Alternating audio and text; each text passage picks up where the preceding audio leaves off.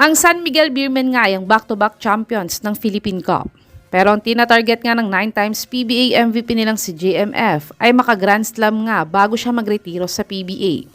Ngunit ayon nga sa team manager nilang si Guy Abanilla, ay hindi nga naging available ang super import nilang si Benny Boatwright dahil siya nga ay nakapirma pa ng kontrata sa Korean B-League. At naghahanap na nga ngayon ng SMB ng ipapalit nila kay Boatwright. Kahit narito nga ang mga top players na maaaring gawing replacement import ng SMB kay Benny Boatwright ngayong Commissioner's Cup. Top 5, Anthony Bennett. Si Bennett nga ay former number 1 pick ng Cleveland Cavaliers sa NBA. Pero hindi nga niya naipakita ang big expectation sa kanya bilang number 1 pick sa NBA. Kaya siya ay tinawag ng mga fans sa isang NBA bust. Ngunit, isa naman siya sa mga final 12-man lagi ng Team Canada sa FIBA tournaments. At currently nga ay mag-i-import siya sa Zamboanga Valientes sa Dubai Tournament. Kaya dahil dito nga ay baka pwede siyang subukan ng SMB na gawing import pamalit kay Boatwright. Uma-average si Bennett ng 16 points, 9 rebounds, 1.2 assists, 0.4 steals, 0.6 blocks, 24% 3-point shooter at 64% free throw shooter sa kanyang 2024-2025 Taiwan TPBL season. Panoorin natin ang isa sa latest game highlights ni Anthony Bennett kung gaano nga ba siya kagaling na import.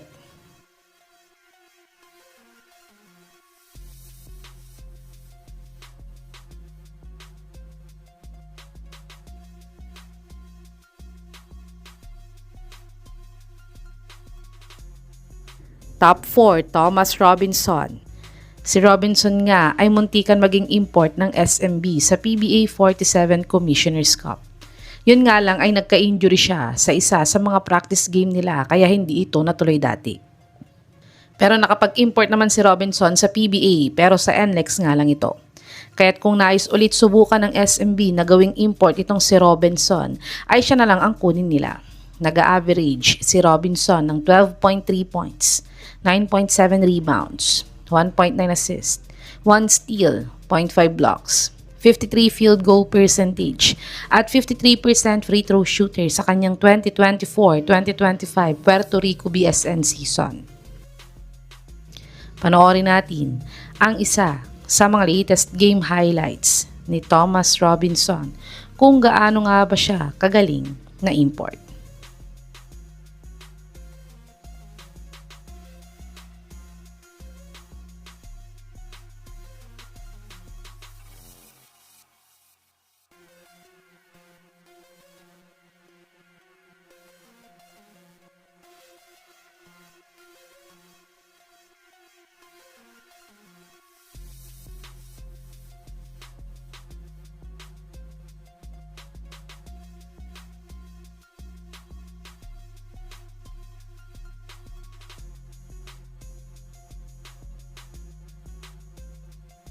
Top 3, DeMarcus Cousins.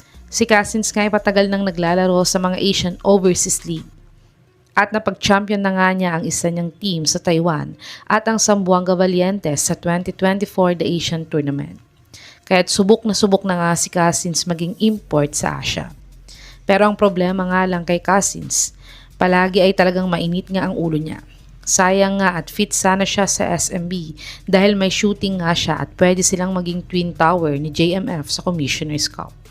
Uma-average si Cousins ng 18.2 points, 9 rebounds, 4.7 assists, 1.4 steals, 1.4 blocks, 31% 3-point shooter at 66% free throw shooter sa kanyang 2024-2025 Puerto Rico BSN season. Panoorin natin ang isa sa best game highlights ni Cousins sa Puerto Rico BSN kung gaano siya kagaling na import.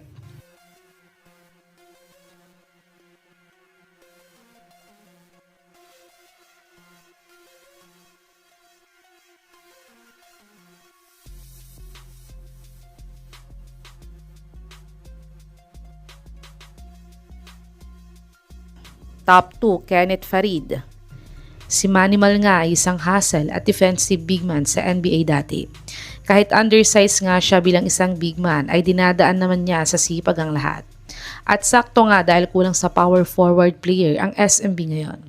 At ayon din naman sa source na to, ay si Manimal nga daw ang second option ng SMB gawing import kung talagang hindi available si Boatwright sa Commissioner's Cup.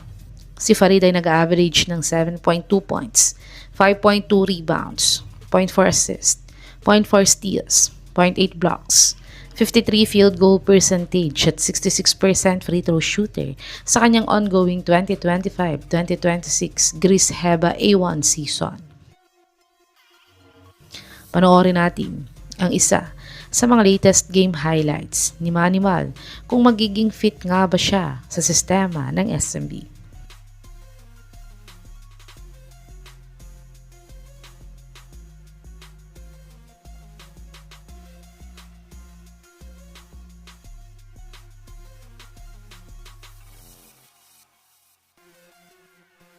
Top 1, Chris McCullough.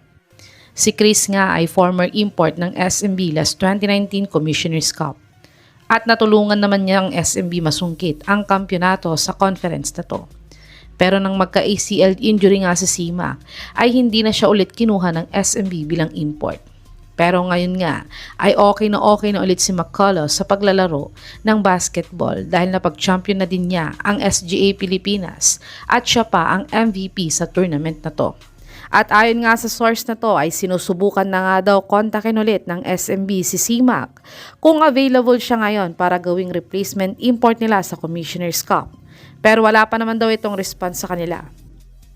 Average si CMAC ng 13.5 points, 9.8 rebounds, 1.5 assists, 1.5 steals, 1.6 blocks, 26% 3-point shooter at 57% free throw shooter sa kanyang ongoing 2025-2026 Taiwan TPBL season.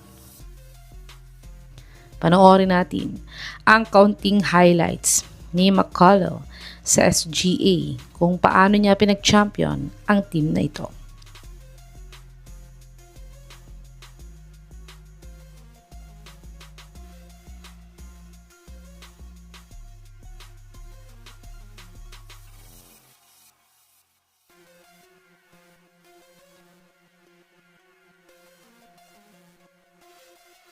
Ito, ang mga top players na pwedeng gawing import ng SMB kapalit ni Benny Boatwright next conference.